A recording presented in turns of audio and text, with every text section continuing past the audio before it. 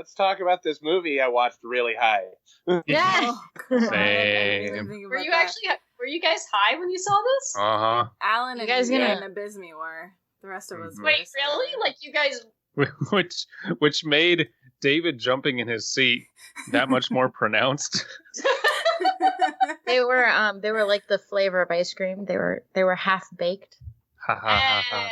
I was Are we pretty actually full recording baked at at this that point? point? Or are we just pre? Oh, this is preamble. Like my recorder's already been turned on, but this is preamble. Like we'll start officially right now. Okay, fair Just enough. let us know when you're like. I was just sitting in the theater and like. Then the drugs kicked in. And I was no, that had already happened, and I was just like, this movie's pretty good, but I already finished my drink before the trailers were done. And my mouth is so goddamn dry right now. Hello and welcome to The Witching Hour, a monthly podcast for the creative horror fan, where we discuss topics related to the blah, blah, blah, blah. Okay, it's been a while. I almost said bi-weekly, and that threw me off. It's been a while. Good job. Okay. We haven't recorded one since before Chris and Carla's wedding. Oh shit. Yeah. And everything I can't remember. No.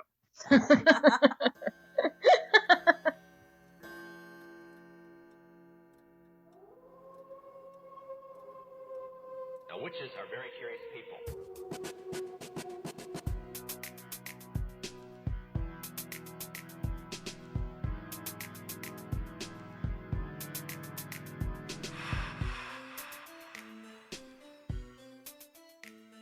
Hello and welcome to The Witching Hour, a monthly podcast for the creative horror fan, where we discuss topics related to the horror genre from creepy history, lore, media, and anything creative, all with the hope that we can inspire and motivate you to create your own horror. My name is Sade.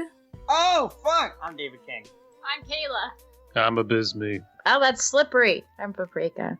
I'm Alan. And we are your hosts, and we're not here to tell you scary stories to tell in the dark, but we are going to talk about it. That if you want to hear a scary story that I told in the dark, you have to be on Patreon. Yes, yes.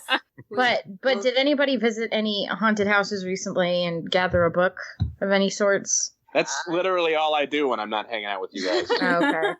Technically, the place that Dave and I got married was haunted, or is haunted. So we all did at least visit a haunted place. Yeah. We also visited a place where a scene from Face Off was filmed, so that's something too. Yeah. We just visited a place that was hot. I maintain an entire bookshelf full of intensely cursed books. Okay, just don't open any of them. Oh, I open a few of them at a time, and they all just kind of cancel each other out.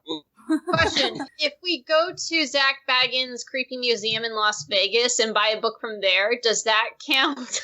Yes. Why are we not doing that on our next meetup? Because that would require going to Vegas. That is true. For but one thing. No, actually, there's another thing I want to do when we go to Vegas, and that's Meow Wolf. This will happen next year. Meow Wolf is creating an art installation, or how I don't know what to call it. It's one of their venues, one of their like weird art venues. Oh, okay. I remember you telling me about this. They're making one in Las Vegas, and it's called Area 15, and I really want to go to this. Me too. So then we don't have to go all the way to New Mexico to experience Meow Wolf. Okay, I would be okay with going to Area 51 for like a day. Area 51, Las Vegas, Jesus Christ.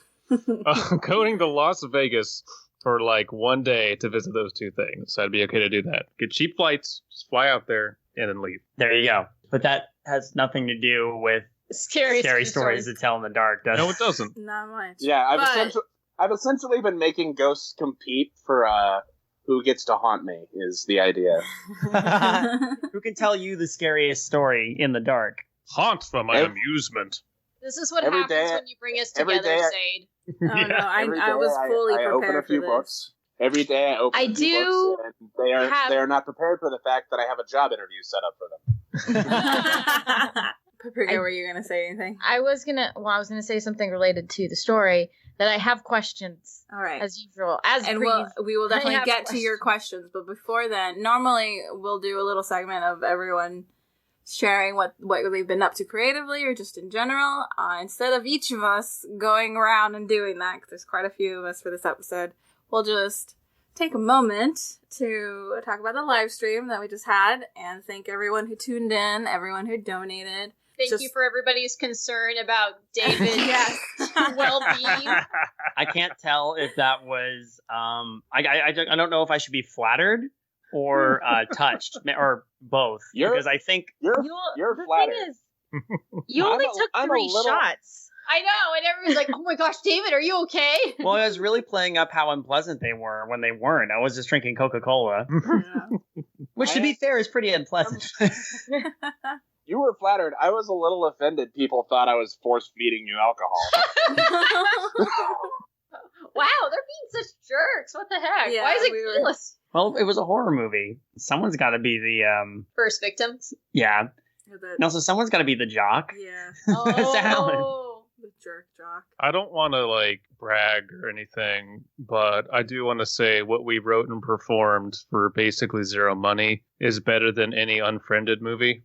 That also just takes place on what is essentially a live stream. So. Oh, and I'm not gonna lie. When you brought out the ray gun, everyone was like, "Oh my god!" I didn't.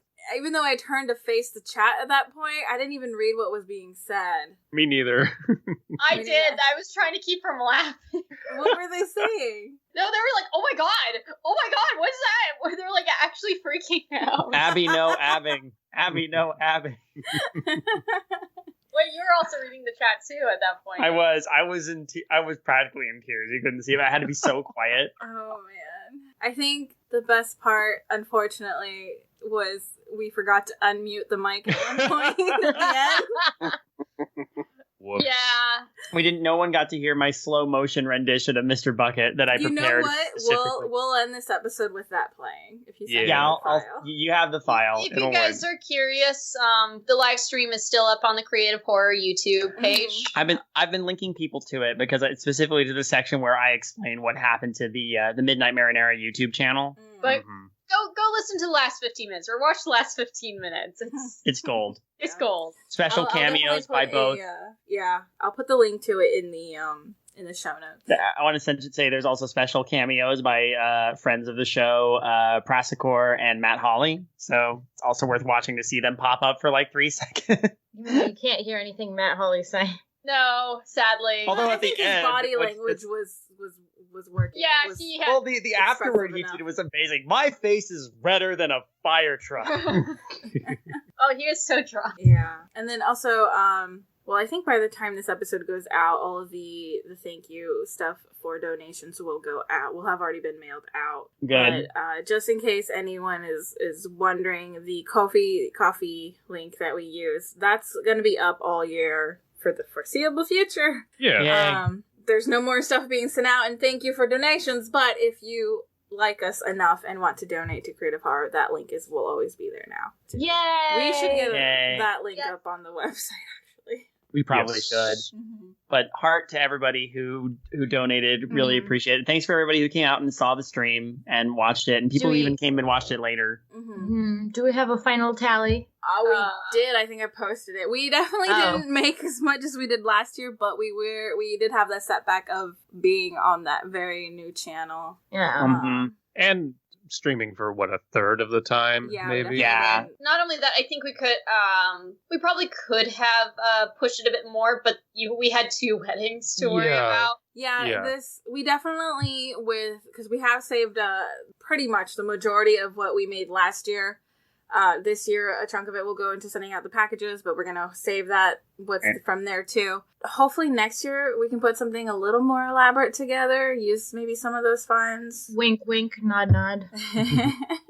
Maybe we'll give ourselves a break, do something elaborate, but maybe something that doesn't involve a crazy murder whodunit thing where Mr. Bucket was the killer. Or wait, maybe Mr. Bucket was the killer? Mr. Bucket costume. I would pay good money for Alan to wear a Mr. Bucket costume. If you want to die, maybe you could kickstart that. Kickstart. A Mr. Bucket costume in Southern California in summer? No. Can Alan just do stand up as Mr. Bucket? I'll go to Midsummer Scream that year, run around the crowds. Okay, that would be badass. Just shout at everyone that balls pop out of my mouth. We should all just dress up as corporate mascots that just look uncanny and creepy on their own, like Mr. Bucket, Ronald McDonald. We'll probably get sued, but whatever. Well, if you're just in costume, nobody's gonna say Teddy Ruxpin. Oh my god. Oh my god. Okay. Well, we'll see what we end up doing next year. Hopefully. This year, definitely, we had to take a step back and do it a little more casually because we did have a lot going on this year. Yeah. Right. Mm-hmm. Yeah. Including that very same day seeing a film. Yeah. We did. That was What a good movie was that segue. again? Yeah, what movie was it? Who knows? London has fallen. Spooky, I thought it was Cars spooky 3. stories. Cars That 3. was, that was the new Anna Faris comedy, right? Oh, totally. I thought we were watching Goosebumps. Did we all go to a different theater on accident again? Crap. Whoops. I don't know about you guys, but I saw Spoopy stories to tell in the not daytime. Which is a pretty apt title, actually. Yeah. I saw PG-13 Goosebumps. That's what I thought I saw. All right. Let's really get into it. So we saw Scary Stories to Tell in the Dark, which I was surprised that not all of us grew up with them, the original books. I did not. Yes. I did not because my parents were like, dark things bad. So, no, I And didn't. look how you turned out. And look what happened. You proud mom and dad? I had like I- Goosebumps, and that was like enough. I absolutely did. And I started with Goosebumps, and you check out enough Goosebumps books in elementary school, and eventually someone will see it and be like, let me show you the real shit. And that's how you that's how you eventually find scary stories to tell in the dark. That guy also sold me drugs. But Nice. In elementary school? yeah. No wonder you needed the drugs for the movie. Jeez. No, my mom was one of those like no horror things. But the book just happened to be in my school's library, or rather in the classroom, or in the bookshelves. So I was able to look through them and look at the pictures and read through them. And if I recall, the stories were they weren't that scary. People don't remember the stories, though. That's not what people remember. Scary stories. It's the pictures. Steve Grimmel. The illustrations, yeah. All right, It was for absolutely.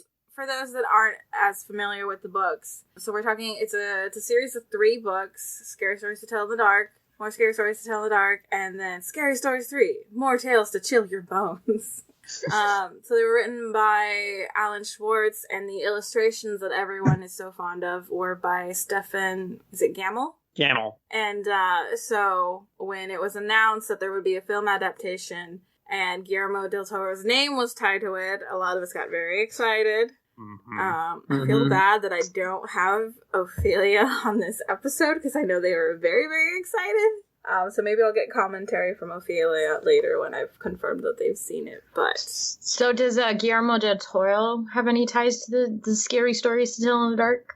He was the creative director, or just the producer, I guess? No, he was like producer, and then he helped. He did work on the screenplay with I think, No, 2 others. I mean, like, was this an IP he was fond of? Did he read these? Oh, Oh yeah, he was a fanboy. Probably. but Yeah. he's old. Well, I mean, so. yeah. He's not, but he's a total. Usually, when he picks a project, it's because he's a fanboy of it. Yeah. Hmm. But Yeah. like, if you notice any films that he tends to make, it's like, oh, this is like a love letter to something he grew up with. Right. Mm. I'm gonna do the Hellboy series because I love Hellboy. I'm going to do a film about The Shape of Water because I grew up with like old-fashioned horror movies and Creature from the Black Lagoon. I'm going to do Crimson Peak because they won't let me do the fucking Haunted Mansion movie. Oh, man. Is that what Crimson Peak was supposed to be going for? Because it did not turn out that way. No, but- I think Crimson Peak was more his love letter to the Gothic genre and his take on bringing it to modern audiences. Yeah. Take it out of development hell, Disney, you cowards. Yeah, I know. Seriously. But we already have a perfectly serviceable haunted mansion. I find it kind of interesting, by the way, that he released Scary Stories to Tell in the Dark on the 50th anniversary of the Haunted Mansion. Oh yeah, Oh, yeah. that was Like- an FU.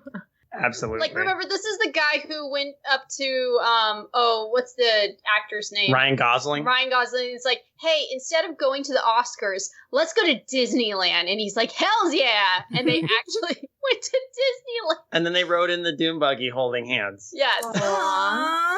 Now, And then they kissed. Then they kissed deeply And then the ghost followed them home. with a camera. If I recall, And watch them Ryan Gosling kiss. actually is tied. Like, if he does create the Haunted Mansion movie, he is tied to act in it. Oh yeah, but that's a rumor mill. That's I'm sorry, we keep wandering away from scary stories. Well, back to that. It's also interesting that this was released about a month before It Chapter 2's coming out, which I don't know if that was intentional or if the studio that's producing it was like, yeah, let's put it a month after that. Yeah, weird why that are neither of them these, came like, out in October. Right. Why aren't these coming out in October? It feels like a lot of these horror movies are coming out in August. Like, I'm like, oh yeah, Ready or Not's coming out. I want to see that. It's coming out August 21st. I really want to see that one too. I've just conceded to the fact that the Halloween season starts in August. Yeah. Sure. But it didn't. It started earlier than that. We just watched a scary movie in the theaters. July. We went to Midsummer Scream at the end of July, so some of us did. So, I mean, it's kind of like the horror is a year-round thing now. Well, we also know that Halloween will just dump movies that are not gigantic IPs. They're going to rake in $1 billion kind of just whenever. I think it's weird though. Halloween season, you're going to get more of those just like every year franchise installment, like the Saw movies that we had for forever. And now, isn't there another Conjuring coming? Oh, yeah. Isn't it, like, when's Chapter 2 of It? Isn't that coming out in September or something like that? September 5th. Yeah, that's what I thought. Scary movies are coming out earlier and earlier. So to try and steer this back on topic, those books, to use a medical term, scared the living piss shit out of me as a child. Yeah. I have the collection of all 3 books. Nice. And the stories were kind of a collection. They released a collection that has all 3 of them in one volume. The books, the stories themselves, they get dismissed, but they're more like a collection of folk stories. Mm-hmm. There's a lot of things that have become tropes. Like, that's I think the first published version of the hook on the car door story. Yeah, that's true. Man door, hand hook, car door.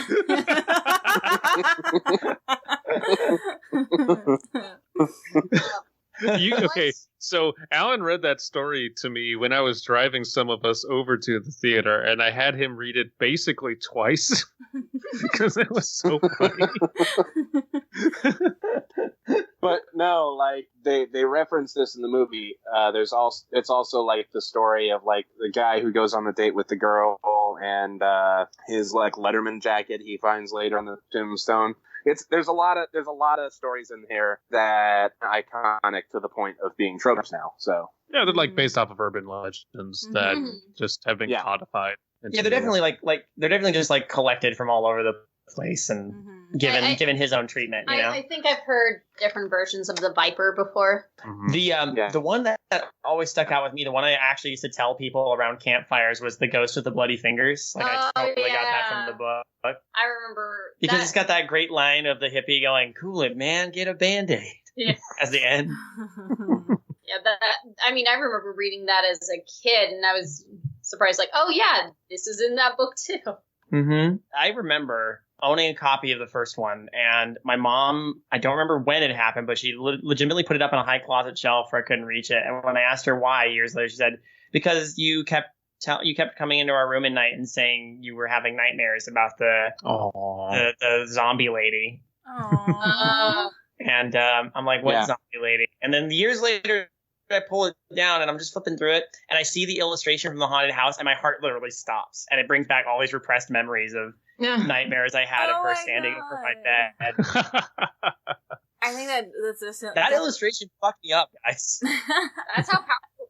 That's definitely that's a testament to like how compelling these illustrations are, because it's definitely what stays with everybody, even if they don't remember the stories. They remember the illustrations 100%. I know there's a documentary out about how like a bunch of places it was banned. Right. The books ended up getting banned. Also, in I think it's worth mentioning the whole 2011. They tried to re-release the book with completely new illustrations, and everyone was fucking furious. Yeah. I think it was much later than that. But yeah, like I was trying a while ago to collect the original prints, and I have the second 2 volumes, but I don't have the first one. All right, so the movie itself was directed by Andre Overdahl, yeah, who didn't realize this right away after I'd been like talking excitedly about this movie for a while, and then I realized who the director was. He did this movie a long time ago. Maybe I should have pulled it up, called Troll Hunter, which you all need to see if you haven't seen it, because it's shot as like this like film crew trying to film a documentary, and they're at first following this guy who they think is poaching bears in like the Norwegian countryside, and they find out he's like a certified troll hunter instead. That sounds cute. Wait, have I seen this? I'm gonna be so disappointed in you if you haven't seen it, because I feel like you'll really like this one. But it is, I've seen it several times. I've forced it on Rayvel, and if you guys haven't seen it by the time we meet up again, I'm gonna force it on all you guys. We should just I have not seen it. It is one of my yes, favorite I movies. have seen this. I have, because I remember there's a line in it where one of the characters who's Muslim says, well, I'm Muslim, and you said the troll hunts Christians. Am I okay? And the guy says, yeah, probably. Like, it's just this random little scene that this is like so out of place with the tone. Yeah, I have seen it. It's fun. He also directed The Autopsy of Jane Doe, which is a pretty good film. Yeah, I wouldn't say it was my favorite, but compared to other horror movies that had been out, I was like, yeah, all right, I'm not angry for having seen it. That was kind of my entire attitude. Like, that was watchable. Yeah, it was watchable. I think he probably could have done better, but you know what? I was okay with it compared to a lot of things. Yeah. So when I realized it was him, I was like, oh, okay, I'm even more on board on seeing this. Plus, Guillermo, I don't fucking see anything that has Guillermo del Toro's name tied to it. Yeah. Even if he was just producer, but we do know he helped with the screenplay along with Dan Hagman and Kevin Hagman. And he helped with creature design. Yes, he definitely played. There's no way he wasn't going to play a part in like supervising that. I did just link you guys all to a video. I'll link that in the show notes too. Just It's just something by CBS. I don't know. CBS Film, and I forget who else. There's another studio that did it, but the people who did the creature effects, like the suits for the different story monsters, I want to say Spectre Motion or something like that. Spectral Motion. Oh yeah, like yeah. Just before we're recording this, Sade sent all of us a video on that, and like I said, I'll link that video in the show notes for listeners who want to check that out. The one thing that surprises me, because there's a lot of monsters in this movie, Doug Jones is not any of the monsters. That surprises me. True. They got Javier Botet, which is like, okay, at least they got him, but like, yeah, no Doug Jones, which surprises me, because it's like, hey, if Guillermo del Toro's doing a movie, he's gonna get brought in. Especially if there's monsters. Well, yeah, but Guillermo did have that experience already with Javier, and Mama is one of my favorite movies. I think I might own it. I want to see that movie again so badly. I really liked that one. And it was beautiful. Did I ever tell you guys the story about how Mama is my guardian angel? No. No? Okay, maybe I'll tell that after in the sure. after show thing. Okay. But someone remembers to bring that up. But exclusive I really like Mama on Patreon. Yeah. Keeping notes. I really like Mama, and I could like her design for me fits really well with the illustrations. Mm-hmm. So I can see why he would go with Javier Botet, because he played Mama in that movie. They also chose the right body types for all the different monsters too. Mm-hmm. Yeah. Or if they have a certain skill set, or if for one monster they chose someone really tall, one monster had to be basically a contortionist, and I feel like Doug Jones could have been Harold though. He absolutely could have been. All right, so let me give a quick synopsis. I'm gonna just read this right off of IMDb. Okay. And then maybe we can discuss a little more about what our favorite monsters were, or we'll just get right into it. Excuse me. All right, it's 1968 in America. Change is blowing in the wind, but seemingly far removed from the unrest in the cities is a small town of Mill Valley where for generations the shadow of the Bellows family has loomed large. It is in their mansion on the edge of town that Sarah, a young girl with horrible secrets, turned her tortured life into a series of scary stories written in a book that has transcended time. Stories that have a way of becoming all too real for a group of teenagers who discover Sarah's terrifying tome. You know, that's not a bad summary. Also, it's set on Halloween. Since we kind of touched on that earlier. Yeah. It starts on Halloween, carries through to November 4th? I would say that, right? Yeah, because, by the way, again, subtext, why is this not great released movie on Halloween? For August. Yeah. I mean, I forget it's Halloween so it pretty can be, quickly in the movie. So it can be released on DVD on October. There you go. And then you can watch it on Halloween. In the comfort of your house with your snacks. I actually might, because yeah, that would be fun. Yeah. Just pick up a bunch of Halloween candy and put it on. That and, like, trick or treat. Yeah, exactly. Yeah, I mean, I'm personally, like, gonna say right now, I think this is a fine little, like, Halloween movie. It's not... I think we talked about this at the theater itself. It's like the Goosebumps movie, just more intense. Yeah, I would say better than the Goosebumps movie. A lot better than the Goosebumps movie. The main thing the Goosebumps movie had going for it was Jack Black, but, you know. Yeah. Even then. I feel like we should have brought this ahead of time. Every character in Scary Stories to Tell in the Dark is played by Jack Black.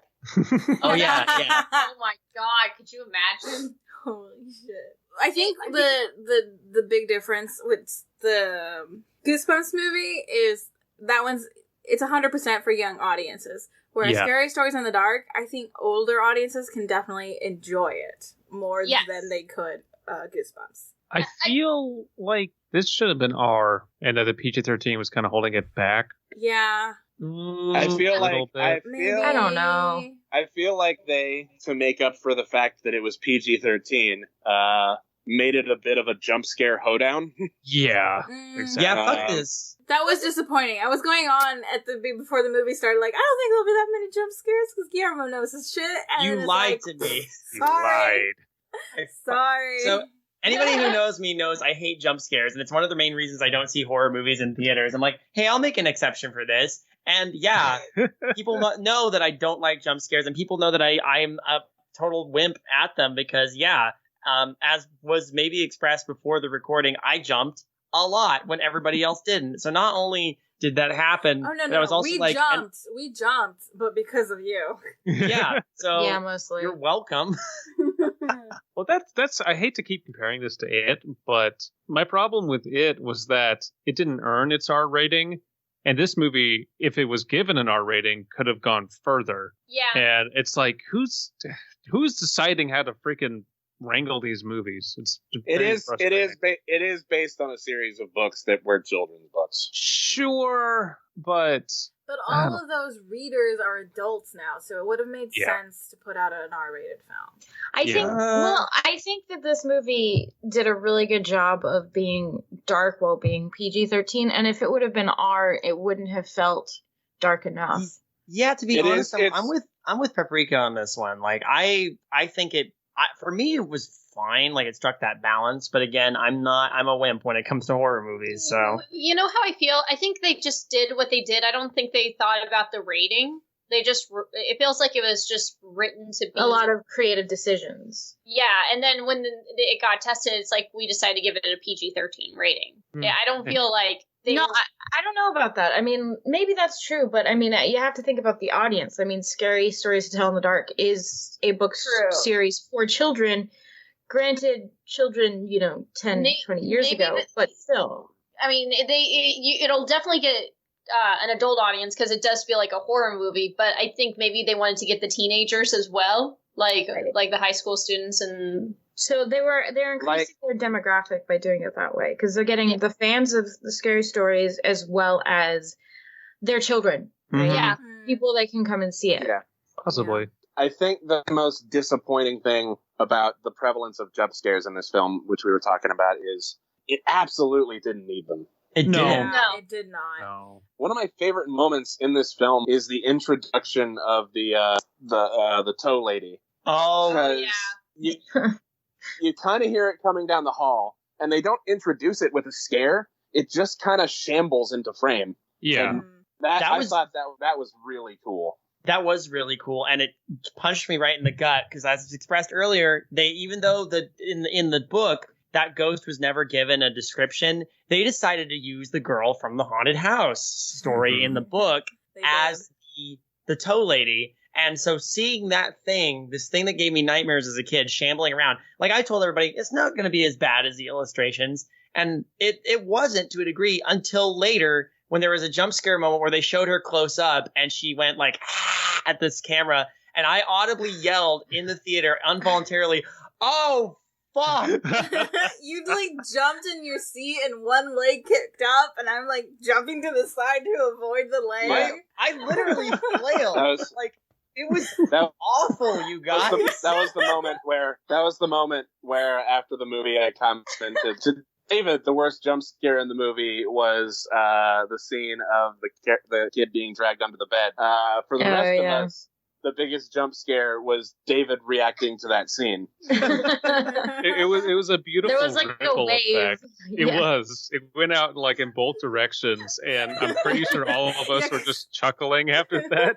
Yeah. That's the other thing is this movie made us laugh a lot, and we weren't just laughing at David.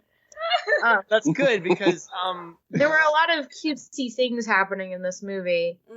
That's actually a big plus I would give this movie. I It's was a never plus, laughing but it keeps at it it. being an R rating, in my opinion. yeah. Well, again, how much of that was hamstrung by the fact that they probably couldn't go R, and they knew that.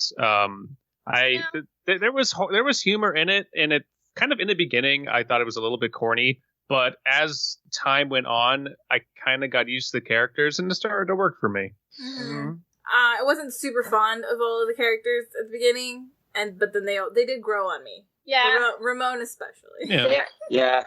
They were kind of, the only one that wasn't mostly bland was the curly-haired comic relief sort of kid. Everyone else was kind of bland to me.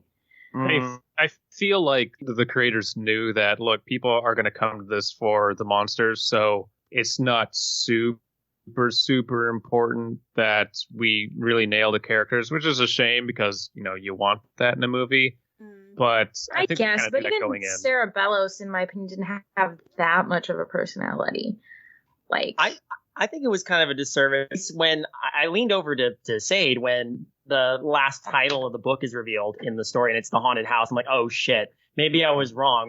Maybe my memory clouded, and the Toe Girl isn't the specter from the haunted house, and they're actually going to see something like that again. But then it's just more of this kind of decrepit phantom. Yeah. So it's kind of weird that they pulled the girl out of the haunted house and stuck her in the big toe. Anyway, that's me. It's not a huge gripe, but it was me kind of being worried about. I think seeing the that. amount of attention to detail and just craftsmanship that they put into the other monsters that they pulled from the stories, it made Sarah at the end just super lackluster. I was like, okay, they threw some makeup on someone. Yeah. There's one thing I really loved about this film. There's this trope of there's this haunted house trope where they always discover the ghost is like a sympathetic character, and this does that, but then the main character is still like, no, you've been fucking killing people and that's wrong. Yeah. It basically says, no, you're the monster. I did still a appreciate the cop when he encounters, and I already forgot the name of the creature, just looks at it and goes, no, and then unloads his entire clip. I was like, yeah, that's how I would do it too. They call him the Jangly Man in the story, but it's an amalgam of a couple different stories, but it's supposed to be Mitai Doti Walker. And that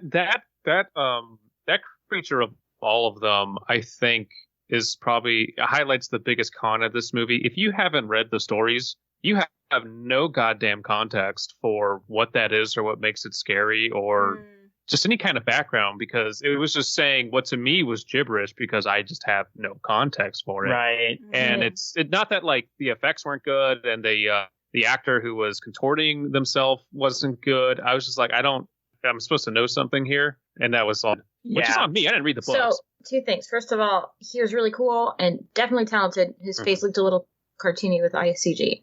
Yeah. Well, that's the problem. That, like, again, your PG-13 rating, you kind of hamstring yourself. Well, that's not a PG-13 problem. That's a computer graphics problem. I will say that a lot of the practical effects in this movie are amazing.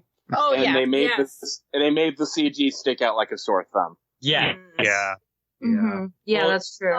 The one haunting scene that actually, I don't want to say scared me, but like really caught my attention and actually felt a little unnerving, was the Red Room. Yes. Scene. That's the one. There's only one part of that scene that I disliked, and this could have been easily taken out, and that's near the beginning of it, is when they do a close-up of her, and it's like a pan-up. I think that was unnecessary, and they also, you can tell we're using digital effects during that part. It's like, no, just take that out, keep her at a distance, keep following him being panicked by seeing this lady from a distance. It's so unnerving, and then even like when she's hugging him and then sucks him in, it was like a Lazar moment. It's just so like it's not a jump scare. It's not like it's just like oh my gosh, I feel uncomfortable. Type moment. That was good. The movie could have benefited from having that more instead of the jump scares. Mm-hmm. Because I agree with you, Kayla.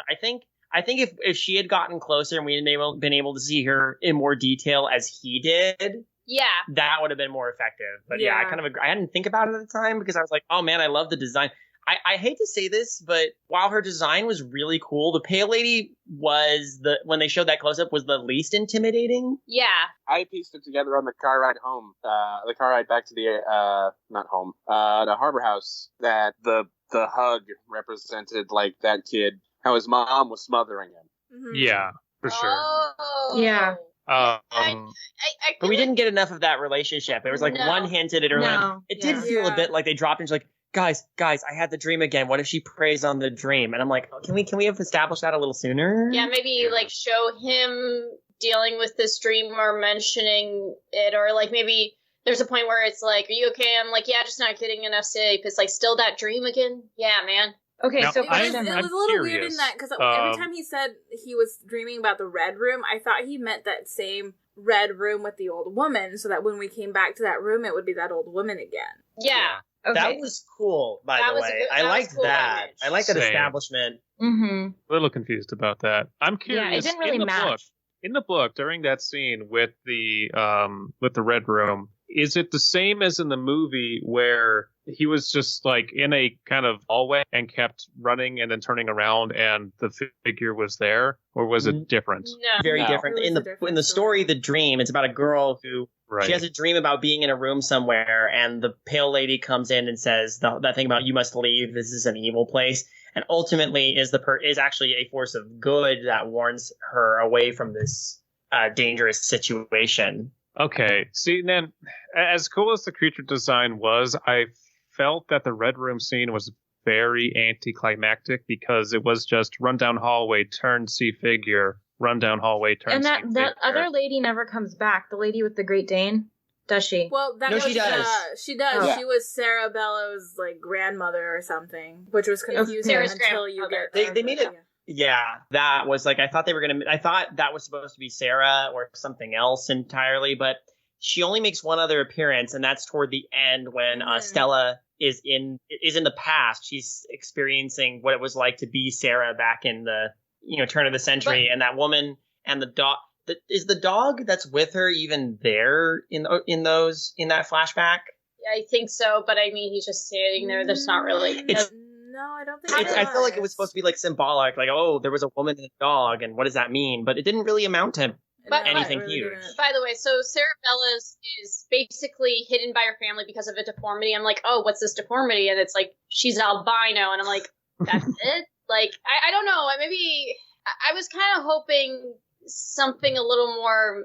I don't know. Maybe it's just me, but like I was disappointed that her deformity is just being albino. Well, they're saying that she's albino, but there's really nothing wrong with her. In the same way, the main character was Mexican, but there's really nothing wrong with him, right? Or okay. Right. So it was supposed to be simple, and the family views it as bad, but nobody else does. Which back in the day may have been a thing, that albinoism was seen as some shameful, which entirely possible. But you could have gone, again, PG-13 rating, you could have gone with something a bit more tragic and misunderstood than, which is, I'm not making a comment on albinoism, but it could be anything. Why albino? It's kind of a strange choice. How did Cerbella's die? Can I comment? Go ahead. Yeah. I just wanted to comment on what I felt was a little bit of weirdness. So the protag's two friends who, except for some moments with the clown character, I found terribly unlikable, made the presumably racist assumption that Ramon had a switchblade. Yeah. He had a switchblade. Which I get it. They were establishing kind of racist. But then he totally has a switchblade. Which it's confusing because on the one hand, okay, he's a draft dodger. He's on essentially the run from the government. Being able to defend yourself, you could explain that away.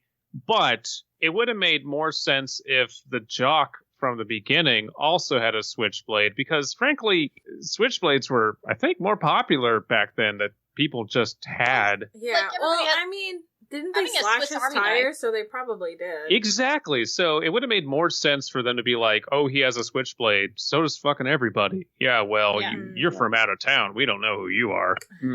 Did we even talk about, speaking of the jock bully at the beginning, we haven't talked about Harold. Well, we've slowly been going around to whose is the favorite creature of who. And Harold, I think, is my favorite. Harold, but that would be the Scarecrow. The way that what's the jock's name again? It's Tommy. The way Tommy goes or disappears or dies or however is creepy as well. It's good. It's really good. It's not as haunting as how with the Pale Lady, but with this one, it's it feels like a Tales from the Crypt episode. This jock is just a jerk. He's mean to everybody, but then he's even he really hates this scarecrow. He hates his parents. And then he gets his comeuppance by the scarecrow. What is the scarecrow made out of? What kind of scarecrow looks like that? Straw. It's straw. Straw. That 2x4s, face apparently. was made out of straw. Weird tanned leather. I don't know. Yeah, basically tan leather face. I don't know, but and it's just. Again, it's like a Tales from the Crypt episode where the way he dies is by being turned into a scarecrow as well, and the way he turns into a scarecrow is kind of horrifying. It's like he's throwing up straw. He's coughing. It's it feels. Yeah, his internal organs are turning to straw, and his body's rejecting itself. That was good. Yeah, and it kind of other Harold though. He's free. He's free. Yeah, he's free. Well, the other Harold was he's going to the high school as that boy. Okay, so all right. Hello, I'm a jock.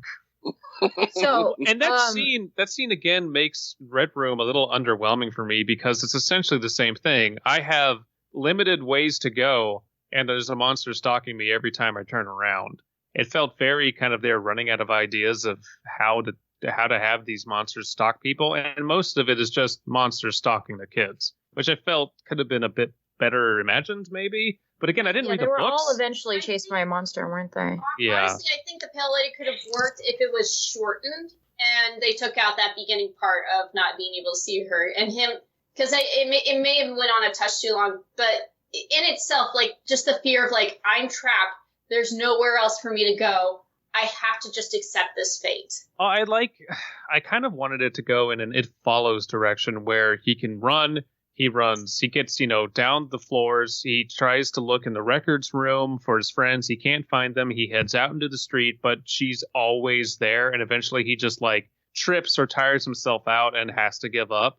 I feel like that could have been a bit more effective, but then it would have to have gone on longer, so run times. I agree, but I think for me, personally, the most the most disappointing one was, and this is because I am familiar with the work, and I think was the Jangly Man, because Mitai Doti Walker is a really creepy story, because they played it up a little bit by having the dog there, and the dog grumbling at the chimney. We thought he was going to actually talk. Yeah. I know, as soon as we realized that was the story, we both look at each other all excited, like, oh shit, yes! Yeah, because the best part about that is the slow, steady buildup of the voice in the distance going, Mitai Doti Walker, like slowly getting closer, and the dog giving a response. And we didn't get that. The head just fell down the chimney and just garbled Mitai Doti Walker. I'm like, oh man. Yeah. And plus there's this whole thing about coward, and I'm like, it's not scary. Yeah, a little forced. I think that's why the design of the Jangly Man was that it was in pieces. Yeah. Because he had talked earlier about his brother being shipped back in pieces. Oh, shit. That's right. So, if they all have these sort of, like, ties to their character flaws, right? What was Augie's tie to the Toe Lady? He mentioned his dad telling him a story. Yeah. But that's not him being called a cow or him, you know. That was just a story he'd heard. Okay. I guess. The one of his camp counselors made him suck on his toes. The one for me that was the most disappointing for sure was the red spot, because that was probably my favorite story growing up from the books. Oh, man.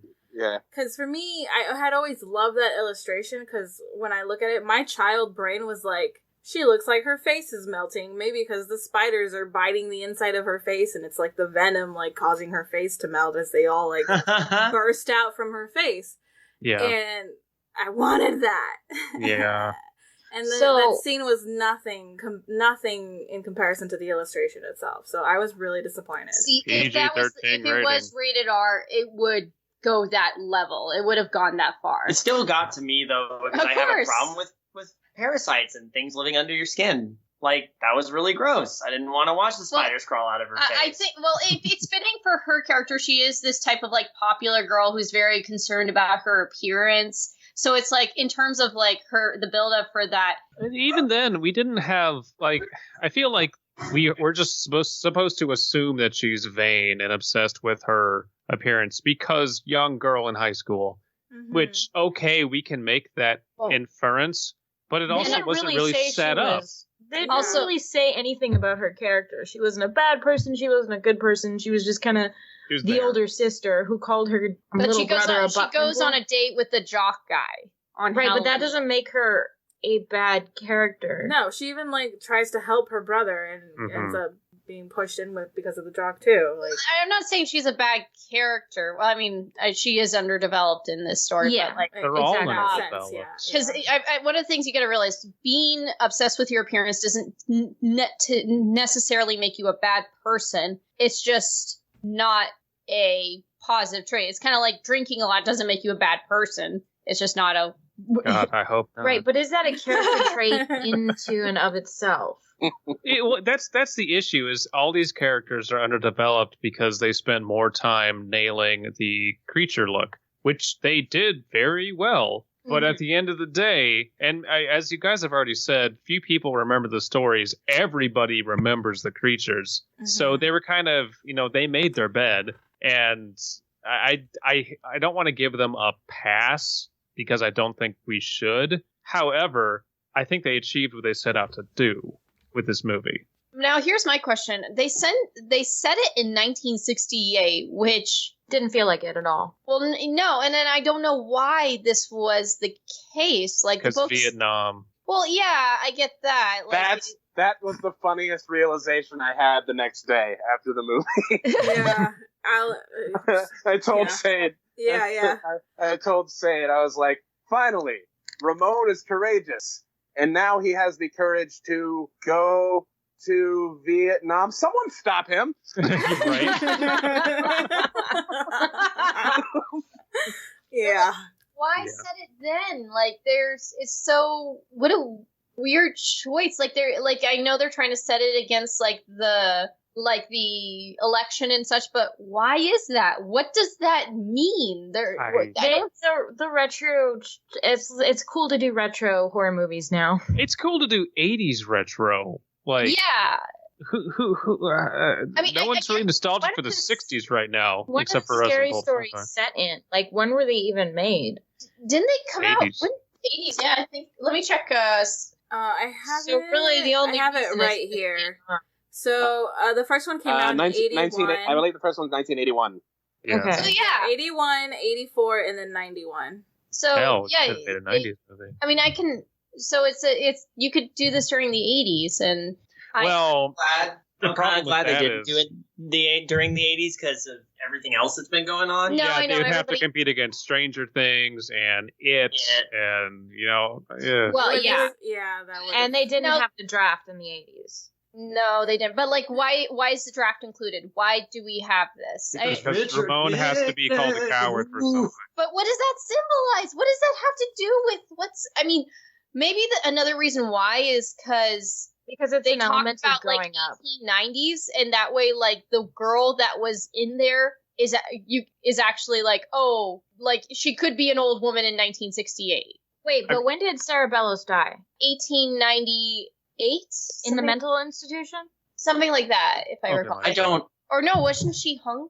She hanged herself. She I hanged thought, herself, but- yeah. Or that was what was said, but maybe she died because of electroshock therapy. Still 100 years removed, almost whatever, Why not modern 150 decade. years? Yeah, and that's probably Yeah, why yeah. if they do it in 1968, because they had to go talk to the one woman who was actually there. But she was a little girl at the time. Yeah, but that she would still be that right age. Like, oh, I was there during 1890, and that was only 70 years ago. So Right. she could be in her 80s. The one thing this movie did try to have fun with is late 1960s technology. They had the wax cylinders, the microfiche. That could have been a reason, is because they wanted to de-technologically Oh, this man. movie. I felt like such a damn hipster when they brought out the wax cylinder, and then Right. someone The in fact the that you knew what it was. in the movie says like, "What's that?" And I said out loud without realizing, "Wax cylinder." Oh god. Yeah. Audio nerds. Oh god. She was sitting next to me, but I could have, I would have leaned over, and I probably would have locked eyes in that moment.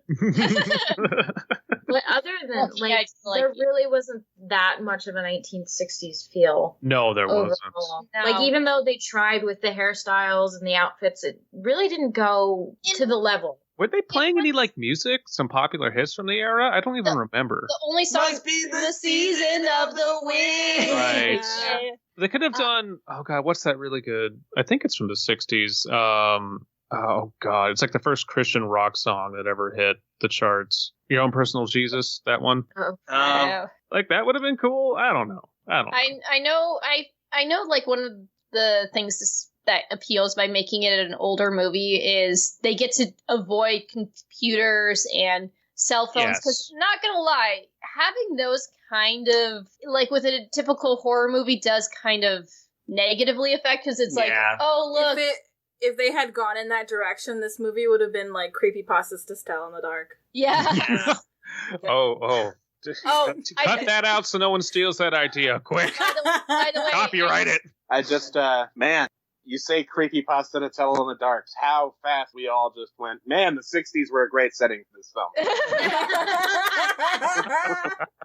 Well, and I agree. Having Because, phones- because fuck every second of that. Yeah.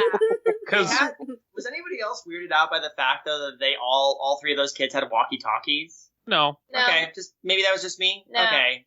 I'm fine with that. Why is that weird? I don't know. It just seemed weird. Not contrived, but it seemed weird. Like again, maybe because we're inundated in Stranger Things right now, but that's such a big thing in Stranger Things that they all have walkie-talkies to communicate. Well, I mean, they needed something that was almost as convenient as cell phones. And they True. didn't Yeah. overuse it. no, they so- didn't. It was They really only- only in the first part on that Halloween. Yeah. Yeah. And then also during the whole My Big The Toe. toe part, yeah. Right. Oh yeah, that actually worked. That did work. And I agree with Kayla. If you put things in the modern era, everyone has to have that obligatory scene of, quick, use your cell phone. Oh no, I don't have reception, or I dropped it and it doesn't work anymore. See, that's why I know I've had to do it.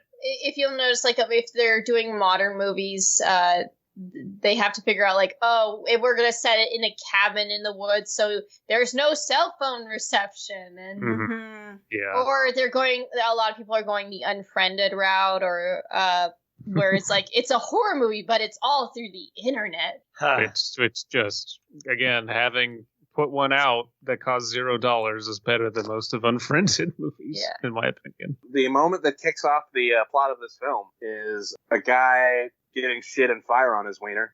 Yes. Yeah.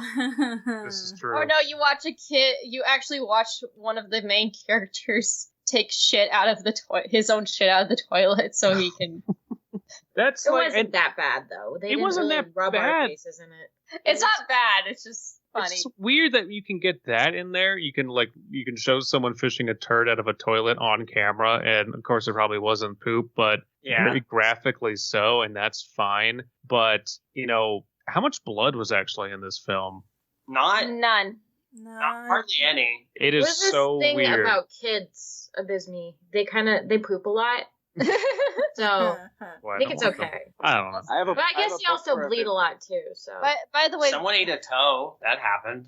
Yeah, that's probably the grossest part. Yeah, it was pretty gross. It wasn't just a toe. There was like an eyeball and other bits. Yeah, there it definitely wasn't gross just parts in the stew. Also, that kid was stupid. Like, he sees a stew and he's like, oh, I'll just eat the stew. I didn't make it. Well, somebody must have. It's like, it's you, your mom, and clearly her boyfriend or his new whatever. They make all kinds of weird shit in the 1960s, Kayla. Get over it. They ate toes back then. It was a different time, okay? They ate cow's tongue. No.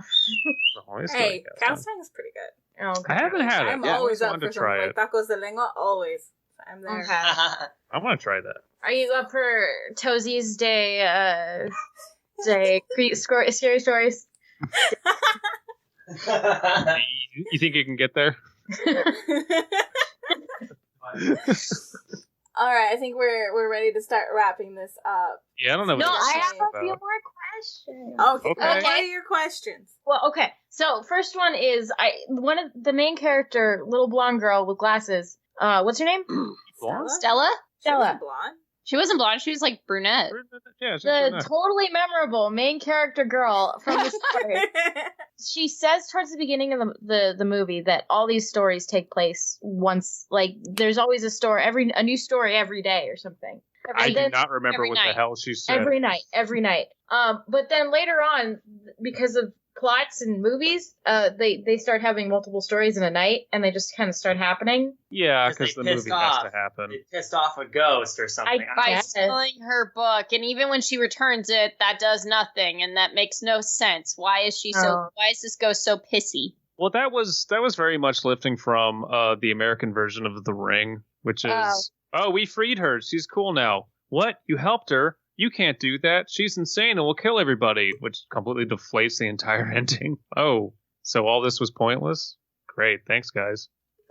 Well, it's I don't know. That's kind of one extreme, and the other extreme is that you could reason with the ghost.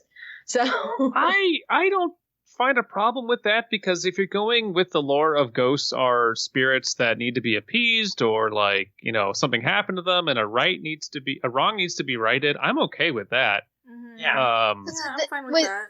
With a horror movie, there has to be a way at least to escape. Like, someone has to be able to escape this, or unless it's like a creative type horror movie, that's always a possibility. But there has to be some sort of way to either stop it or hold it off or something. Like, it needs to come to a conclusion at some point. Mm-hmm. So, with this, the only way to do that is appease the ghost that's causing this. So right. Okay. I'm honestly not against the idea of, like, there's no appeasing it. Like, it's gonna consume everyone who's interacted with the book, and then the book will just lay somewhere until someone else finds it. I'm kind of okay with that. This is why I kind of liked Mama, because it sort of struck a balance, because you could reason with the monster if you really knew what the monster wanted. Like, really knew what the monster wanted. Right? I'm fine with either, but you can't make your movie, hey, we did it, we appeased her. Psych, never mind. Either it's one or the other. Don't string me along pointlessly, because then it feels like I said, empty. I kind of like that it wasn't so much appeasement. It was also I don't know if there's another movie where a ghost is called on their bullshit. Hey, fuck you. Could it be that like she's like, ha, and then they're like, I'm telling you off, and she's like, oh wait, maybe I really am the monster that hit people. You know, she scolds an 100-year-old lady, her senior. Yeah, you're a bad little girl. That kind of encapsulates this movie for me. Overall, I liked it. Yeah, me too. I was entertained it was the whole fun. time. Yeah, it was solid, and that is unfortunately that's a lot to ask of horror movies these days. They get really Yeah, I guess. We but can then, point out like, different little things until the cows come home, but ultimately, I mean, there's really not a lot to nitpick about with this movie, honestly. No. It's not a amazing movie. Like, no. I don't know if I'll buy it, like actually purchase the film, but I'm glad I saw it. I was engaged the whole time as I watched it, But whose blood were they using in the books? But who was Book? Okay. Also, there is one complaint. What the heck? Because she says, they're still gone, but we have hope that we're gonna find. What? Yeah. What are you talking we are about? winding up the sequel bait. Oh god. Yeah. What was this? Two of the main characters were missing. The two boys. All I could think as they were driving, and she was like, "I can go find them," was, "Okay, where the fuck are you going?" I know. Yeah. I think they were just driving home. They were just driving home it from looked like they were moving though, because they had the truck all He loaded was up, moving wasn't it? to be a high-powered writer in New York or something. Yeah. Oh, maybe. I don't know. They went to go pick up But the her sister. sister was with her. The sister was already in the truck. Yeah, I don't know, man. That was the other thing, is they acted like everyone was dying, but the sister got out just fine. She wasn't even. Where is everyone? Oh, she's right there. Like the fucking douchebag sheriff was. Yeah, saying. what was that Yeah. whole thing about? I don't Well, know. like, didn't we see her exit the hospital when they showed up there? Yeah, because she was on a Gurney. gurney. Yeah. When they take her in. They were like But filming then that when they were sneaking into the hospital, I thought I saw her exit. She was like wearing a red dress and Oh, that confused me too. I thought that was her. that was her sister being like, "Oh no, she's fine. Okay." I thought that as well, but I'd have to like rewatch it. Yeah, so that was confusing for me. And they made a very, very like that scene was like she walks right into frame. Like we were meant to see that too. That they went to a different hospital though, didn't they? Because they made a big deal about setting up that this was the former asylum where they kept Sarah. Where they kept Sarah. I don't know now. I don't remember that big establishing shot. It was like dun dun dun, crazy looking building, complex. I don't know. It was weird. Anyway. But whose blood was in the books? It was Harold's. Okay. Yeah. Didn't they say Sarah? Didn't they say in the stories that Sarah wrote it with her own blood? Yeah, that's what. Oh, okay. And then that's why they said, like at the end, she said you have to write it with your own blood. But how does she bleed from beyond the grave if she's dead to write the new stories? Don't question it. Ghost blood. Okay, all right. I'll stop being annoying. I used to play bass for Ghost Blood. That's a good one. The Witching Hour has come to an end. If you like our show, you can help support us by subscribing or leaving a review or just sharing us with a friend. You can find us on Twitter at WitchHourHorror or just visit our whole network as a whole on creativehorror.com. Everyone, plug your shows. You could listen to Darkly Lit, where we discuss horror literature. We are going to be discussing for September Beautiful Darkness. And you should come listen to that. And if you've read it and have any questions, please message us on Twitter. Not the what is it? Is it young adult series that's called Beautiful Darkness? It's not the young adult series. It's the it's a graphic novel written by Fabian Vellman and illustrated by Kara Scoett. Thank you. I'll link it in the show notes because fucking read this one because I love this one. It's a really good one, guys. Like it's only you can finish it in 20 minutes. It's really good. There's Midnight Marinera and Undercooked Analysis, and I'm gonna lean more toward Midnight Marinera right now because hey, there's an anthology series of scary stories to tell in the dark. Yeah. So you can go listen to that. We have links to it. It's home on the Benview Network from Creative Horror, and hey, there's still UCA archives. Those are all still up. Show is on hiatus right now. It will return in some form, in some capacity someday. And you can check out Trick or Track on the Creative Horror Network, which is a podcast wherein I discuss music in movies and music albums and just any type of scary sound. You could watch the thing with the me in it, where we talk about sci-fi stuff called Ray Gun Readers. And I'm Alan. I was also on recent episodes of Darkly Lit and Animusings. That's right. Yep. If you want to listen to Alan's sultry voice, you can listen to him on, Undercooked Analysis, as well as a wonderful episode of Darkly Lit and a amazing episode of Animusings on the Benview Network. And I'm just going to plug this one real quick, The Witching Hour Patreon, because as soon as we finish this episode, we're going to hit record again and do a new thing that's going to be just for our Patreon called The Witching Hour After Show or something like that. Where we're just gonna get that down. We want to talk about after the show. Call it after dark. After dark. Call it early morning. Call it 5 o'clock shadow.